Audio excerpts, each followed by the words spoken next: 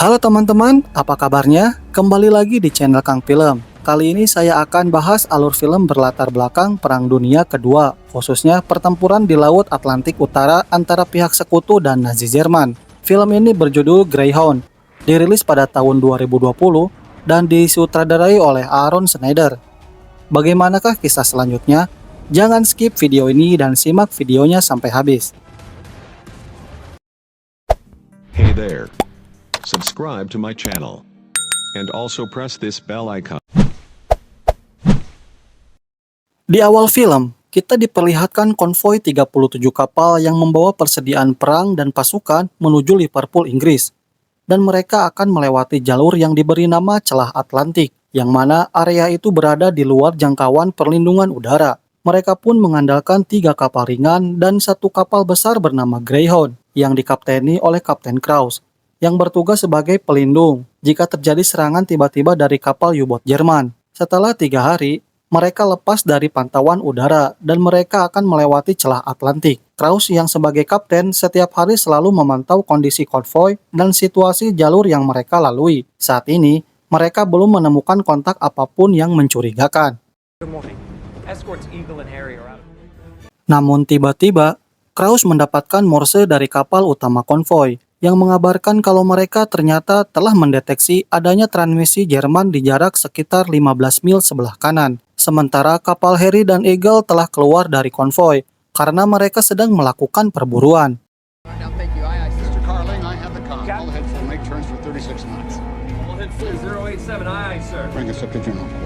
Mengetahui hal itu, Kapten Krauss memerintahkan Harry dan Eagle kembali ke formasi untuk mengamankan konvoi. Sementara Dickie yang berada di sebelah kanan konvoi agak selalu bersiap dan waspada dengan radarnya. Greyhound juga pindah ke sebelah kanan dan mulai memburu kapal selam Jerman. Kapten Krauss mulai memberikan arahan siap tempur kepada seluruh awak kapal termasuk Cole yang berada di bagian radar. Kemudian Cole melaporkan kalau dia mendeteksi kapal selam musuh di jarak 15 mil yang sedang muncul ke permukaan untuk mengisi ulang oksigen. Kapal Greyhound pun langsung bergerak menuju kapal selam musuh supaya bisa melihat dengan jelas dan langsung menyerang. Kapten Krauss mulai mengatur strategi dan mencari waktu yang tepat untuk menyerang. Namun di tengah pengejaran kapal selam Jerman terburu menyelam dan hilang dari radar. Mengetahui hal itu, Kapten Krauss tidak mau menyerah. Dia langsung memerintahkan Cole untuk mencari dan memperkirakan kemana arah pergerakan musuh.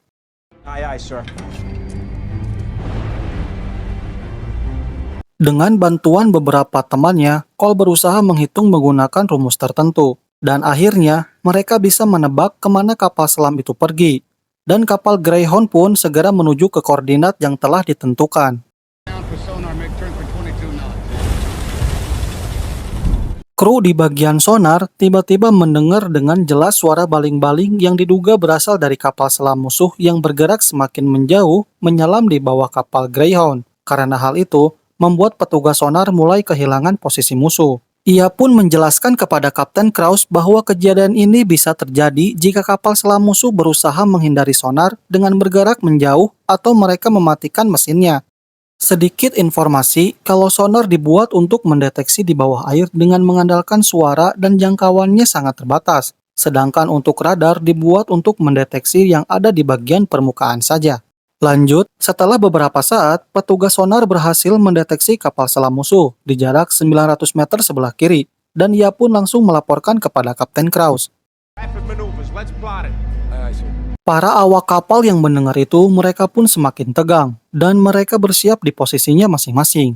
Namun tiba-tiba, sang kapten memerintahkan untuk membelokkan kapal ke kanan dengan kecepatan standar. Tentu saja, keputusan itu membuat semua kru terdiam karena Krauss malah tidak mengejar musuh yang kini sedang berada di sebelah kiri. Kapten Krauss melakukan strategi itu supaya sang musuh mengira kapal Greyhound tidak akan lagi mengejar mereka.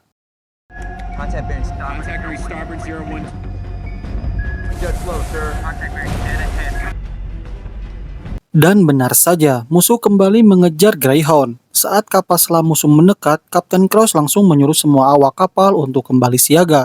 Semua kru semakin cemas, sedangkan petugas sonar dengan cepat menghitung mundur jarak mereka. Ketika keberadaan musuh sudah diketahui jarak dan posisinya, Kapten Krause langsung menyuruh awak kapalnya untuk menjatuhkan bom kepada kapal selam tersebut.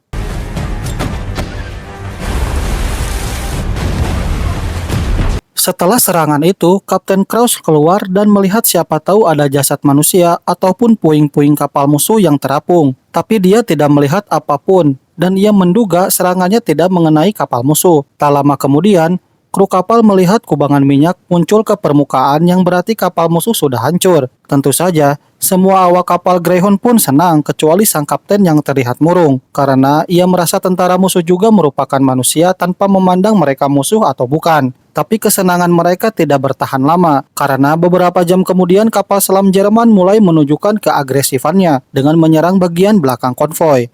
Mereka mulai melakukan serangan balasan.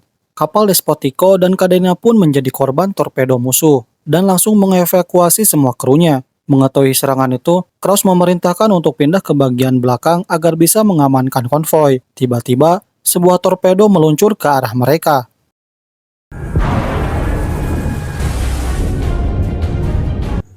Beruntungnya, Krause melakukan manuver tajam dan terhindar dari serangan musuh. Tak lama, Krause mendapat laporan dari kapal Eagle dan Harry kalau masing-masing dari mereka telah dikepung 2 kapal musuh. Dan sialnya, mereka harus berhadapan dengan total 6 kapal selam Jerman. Krause menganggap kapal selam Jerman seperti sekumpulan serigala yang akan memangsa mereka ketika malam tiba. Karena di malam harinya, kapal di permukaan akan sangat kesulitan melihat pergerakan kapal selam. Saat menjelang malam, satu persatu kapal selam Jerman muncul ke atas permukaan, yang menandakan mereka sudah bersiap melakukan pertempuran. Melihat sang itu, kapten berusaha mencari cara untuk menghadapi serangan kapal selam Jerman. Namun suhu yang begitu dingin membuat semua awak kapal kedinginan, ditambah welder dan alat radar yang mulai macet karena membeku. Singkat cerita, malam yang ditakut pun telah tiba. Kapal Greyhound tidak bisa berbuat banyak dan hanya berharap kapal konvoi bisa selamat dari serangan musuh. Pertempuran pun dimulai saat kapal selam Jerman mulai menembakkan suar, sehingga posisi mereka ketahuan. Krause yang menyadari kalau musuh sedang mengatur strategi, dia mulai mencari celah dengan memperhatikan situasi di sekitar. Dari kejauhan, Krause melihat kapal selam musuh menyerang konvoi di barisan paling belakang. Sang kapten langsung mengejarnya dan mulai menyerang.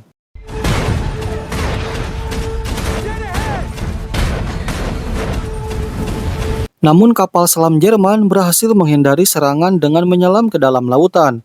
Di tengah pengejaran itu, kapal Greyhound nyaris saja bertabrakan dengan kapal dagang.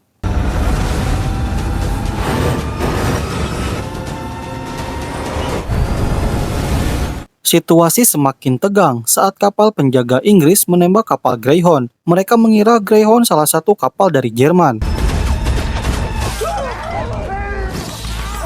Dan tiba-tiba, petugas sonar mendengar kapal selam Jerman mulai mendekat. Mendengar itu, Krause langsung memerintahkan untuk melemparkan beberapa bom air.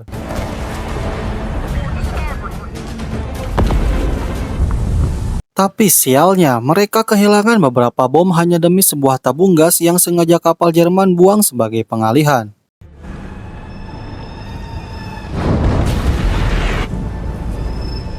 Tak lama kemudian, kapal selam Jerman yang bernama Grey Wolf menghubungi Krause lewat radio. Mereka mengancam akan segera menenggelamkan kapal Greyhound serta seluruh kapal konvoi. Tentu saja, semua awak kapal menjadi semakin khawatir. Dan benar saja, kapal selam Jerman semakin agresif. Mereka menembakkan torpedo dan meledakkan beberapa kapal konvoi. Krause termenung setelah mendapat laporan kalau dia telah kehilangan 5 kapal yang di dalamnya ada sekitar 200 orang. Terlihat sang kapten sangat tertekan dan ia tidak tahu apa yang harus dilakukan. Siapa sangka kalau tugas pertamanya menjadi kapten bakal penuh petaka. Sedangkan mereka untuk mencapai ke titik perlindungan udara masih terbilang cukup lama, yakni 26 jam perjalanan. Ditambah lagi korban akan terus berjatuhan serta persediaan senjata semakin menipis. Di pagi harinya, kapal selam Jerman kembali beraksi dan mulai menembakkan torpedo ke kapal Greyhound dan juga Dicky. Untungnya, mereka bisa menghindari serangan tersebut. Kemudian Krauss mengajak Dicky untuk bekerja sama melakukan serangan balasan. Sang kapten mulai mengatur posisi Greyhound, sedangkan Dicky menjatuhkan beberapa bom air. Beberapa saat kemudian, petugas sonar mendeteksi adanya kapal musuh, dan ternyata kapal selam Jerman naik ke permukaan karena telah terkena bom Dicky. Melihat kesempatan itu, Krauss langsung menembaki kapal musuh.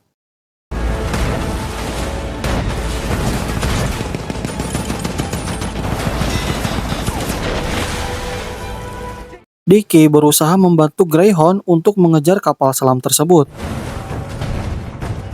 Ketika Greyhound akan menembakkan terhadap kapal musuh, Dicky malah berada di jalur tembak. Hal ini membuat Krauss menahan tembakannya.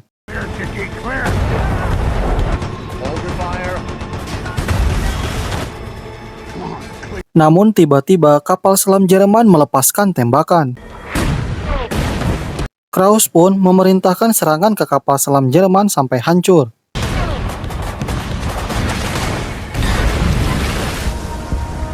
Setelah serangan itu, intensitas pertempuran pun mulai mereda. Krauss pun berkabung karena ternyata 3 anak buahnya telah meninggal karena serangan tadi. Walau kondisinya sangat genting, sang kapten masih sempat mengadakan acara kematian untuk anak buahnya sebagai penghormatan. Krauss yang mengetahui kalau kapal Eagle sudah rusak parah karena pertempuran semalam, dan kini hanya tinggal Harry dan Dicky yang masih bertahan. Karena waktu masih 14 jam sebelum mencapai titik aman, Krauss yang tahu konvoynya semakin melemah, lalu menyuruh Cole untuk mengirim pesan dan meminta bantuan ke Angkatan Laut Inggris. Tak lama, Krauss mendapat balasan dan Krauss langsung menerjemahkannya. Ternyata, konvoi akan diarahkan ke suatu titik pertemuan yang mana koordinat tersebut sudah berada dalam jangkauan perlindungan udara. Dan Krauss juga menjelaskan jika titik aman tersebut bisa ditempuh sekitar 4 jam perjalanan. Di momen ini, terlihat Krauss sangat kelelahan, ditambah kapal Grey Wolf kembali mulai mengancam lewat radio.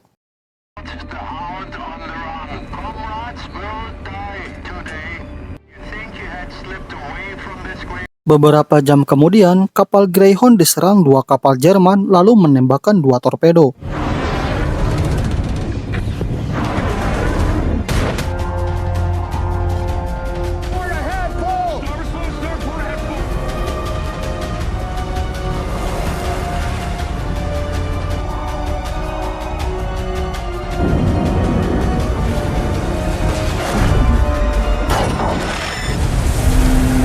Berkat perhitungan yang tepat, torpedo pertama dapat dihindari dengan manuver yang tajam. Greyhound juga menghindari dari torpedo kedua.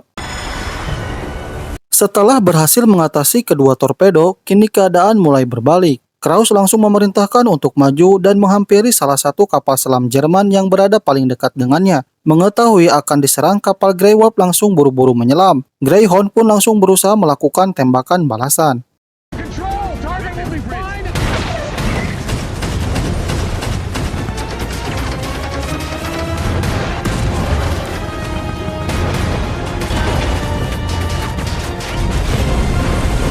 Sampai akhirnya kapal musuh berhasil dihancurkan. Ketegangan mereka pun kembali terjadi saat tiba-tiba kapal selam Jerman yang lainnya muncul ke permukaan dan akan menembakkan rudal. Beruntungnya bantuan udara datang tepat waktu.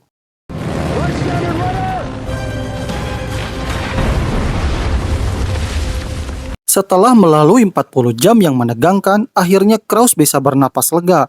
Di titik pertemuan tersebut, beberapa kapal Inggris menyambut kedatangan mereka untuk memberikan perlindungan.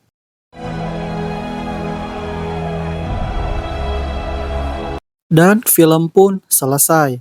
Nah, itu dia alur cerita film Greyhound yang berlatar di lautan Atlantik dan mempersembahkan pertarungan yang sangat epik. Anjay. Terima kasih sudah meluangkan waktu untuk menonton channel ini. Dan saya sangat bersemangat dan bahagia apabila channel ini bermanfaat bagi teman-teman semua. Mohon maaf bila ada kesalahan kata atau audionya yang kurang jelas. Insya Allah saya akan terus berkembang agar menghasilkan gambar, kata, dan audio yang terbaik. Sebelum saya akhiri, jangan lupa like dan subscribe-nya dan nyalakan loncengnya agar tidak ketinggalan update dari channel ini. Bye-bye.